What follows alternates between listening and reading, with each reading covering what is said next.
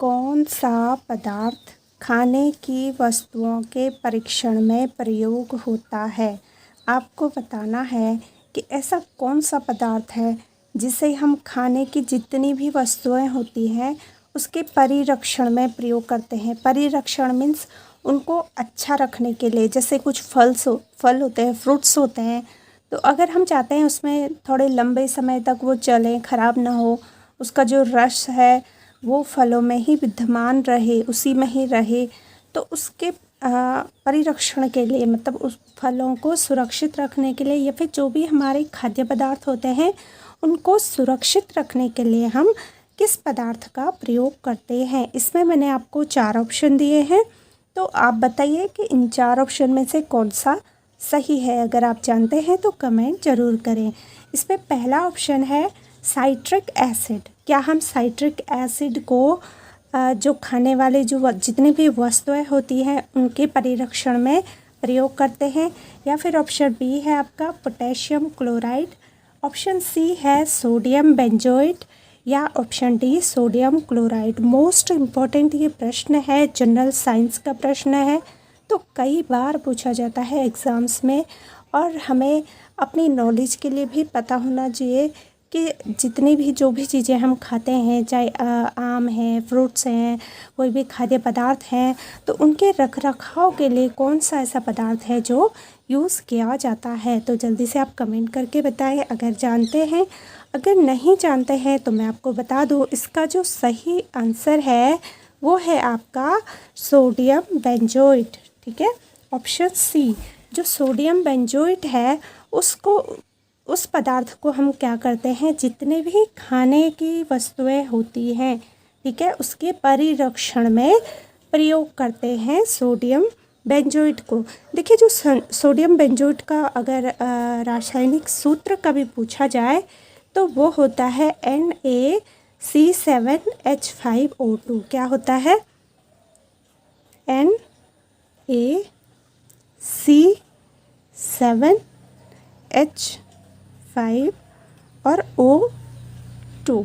ठीक है, ये होता है आपका सोडियम बेंजोएट का सूत्र। तो इसका जो व्यापक रूप से प्रयोग होता है वो खाद्य परिरक्षण में प्रयोग होता है। यह आपके बेंजोइक अम्ल का बेंजोइक जो अम्ल होता है उसका क्या है, सोडियम लवण है। अगर बेंजोइक अम्ल का पूछा जाए तो वो बेंजोइक अम्ल का क्या है, यह सोडियम लवण है, आपका सोडियम बेंजोइक। ठीक है, तो मोस्ट इम्पॉर्टेंट है, उम्मीद करती हूँ आप समझ गए होंगे। अब आज का हमारा दूसरा मोस्ट इम्पॉर्टेंट एक प्रश्न है, जो है कि जो आलू के जो चिप्स होते हैं, ठीक है, आलू के चिप्स प्लास्टिक के थैलों में संकुलित किए जाते हैं। आपको बताना है जो आलू के जो चिप्स होते हैं, जैसे लेज़ वगैरह आजकल आते हैं बच्चों के लिए, तो जो ये चिप्स आते हैं ये किस वातावरण में संकुलित किए जाते हैं। आपको बताना है कि किस वातावरण में जो चिप्स हैं, जो लेज हैं, उनको संकुलित किया जाता है। और मोस्ट इम्पॉर्टेंट है, आपको ज़रूर इस बात का पता होना चाहिए। इसमें भी 4 ऑप्शन है। ऑप्शन ए है आपका नाइट्रोजन वातावरण में, ऑप्शन बी है हाइड्रोजन वातावरण में, या ऑप्शन सी ऑक्सीजन वातावरण में, या ऑप्शन डी आयोडीन वातावरण में। आप जल्दी से कमेंट करके बताएं कि आलू के जो चिप्स होते हैं वो प्लास्टिक के थैलों में संकुलित किए जाते हैं। जैसे आपने देखा होगा जो भी लेज़ होते हैं या फिर जितने भी आलू से चिप्स होते हैं, इनको अगर पैकेट में देखें तो ऐसा लगता है कि बहुत सारे इसमें चिप्स होंगे, लेकिन अगर आप उसे खोलो तो आधे चिप्स होते हैं, आधी क्या होती है, गैस होती है। तो वही आपको बताना है कि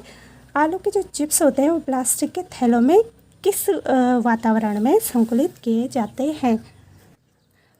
तो अगर आपको आता है कमेंट कीजिए, नहीं आता है तो मैं आपको बता दूं कि जो आलू के चिप्स होते हैं वो प्लास्टिक के थैलों में संकुलित किए जाते हैं आपके नाइट्रोजन वातावरण में। काफ़ी इम्पोर्टेंट है, तो आपको ज़रूर पता होना चाहिए। तो इसका जो सही आंसर है वो है ऑप्शन ए नाइट्रोजन वातावरण में।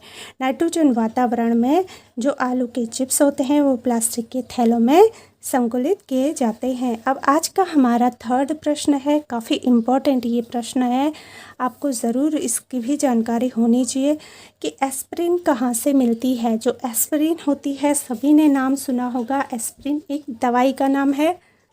तो वही मैं आपसे पूछ रही हूँ कि एस्पिरिन कहाँ से मिलती है। ठीक है, आपको बताना है कि एस्पिरिन जो कि क्या होती है, एंटीपायरेटिक होती है।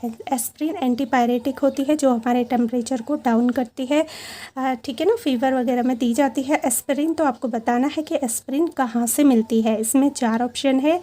ऑप्शन ए है पेट्रोलियम से, या फिर ऑप्शन बी पृथ्वी से, या फिर ऑप्शन सी एक पेड़ से, या ऑप्शन डी एसिडों की रासायनिक अभिक्रिया से। तो आपको जल्दी से बताना है कि एस्पिरिन कहाँ से मिलती है। अगर आप जानते हैं तो कमेंट करें, नहीं जानते हैं तो मैं आपको बता देती हूँ। जो एस्पिरिन है यह हमें एक पेड़ से मिलती है। तो इसका जो सही आंसर होगा ऑप्शन सी सही हो जाएगा कि एस्पिरिन हमें कहाँ से मिलती है। एस्पिरिन एक पेड़ के जो लेटेक्स होता है ना, पेड़ों में निकलता है लेटेक्स, तो उसी से प्राप्त होती है एस्पिरिन। और एस्पिरिन जैसे कि मैंने आपको बताया क्या होती है, ये एंटीपायरेटिक के रूप में हमें दी जाती है। जैसे ज्वर होने पे, जैसे बुखार होता है, फीवर होता है, तो तब भी एस्पिरिन दी जाती है। ठीक है, और कहीं पे अगर दर्द है बुखार के साथ, हाथ पाँव में ऐसे कुछ वेदना दर्द होती है, तो उसके में भी ये कार्य करती है। एस्पिरिन को आप एसिटिल सैलिसिलिक एसिड के नाम से भी जानते होंगे। ठीक है, एस्पिरिन को ही कहीं पे क्या लिखा रहता है, एसिटिल सैलिसिलिक एसिड। तो वो दोनों एक ही होता है। अब आज का हमारा फोर्थ प्रश्न है कि दूध उदाहरण है। आपको बताना है जो दूध है वह किसका उदाहरण है। ऑप्शन ए विलयन का, ऑप्शन बी फैन का, ऑप्शन सी इमल्सन जिसे कि हम पायस कहते हैं उसका, या फिर ऑप्शन डी वायुवियल का। आपको बताना है कि दूध किसका उदाहरण है। तो जल्दी से आप कमेंट करके बताएं कि दूध किसका उदाहरण है। तो चलिए मैं आपको बता देती हूँ कि जो दूध है, ठीक है, दूध है हमारे इमल्सन या फिर पायस। ऑप्शन सी सही हो जाएगा।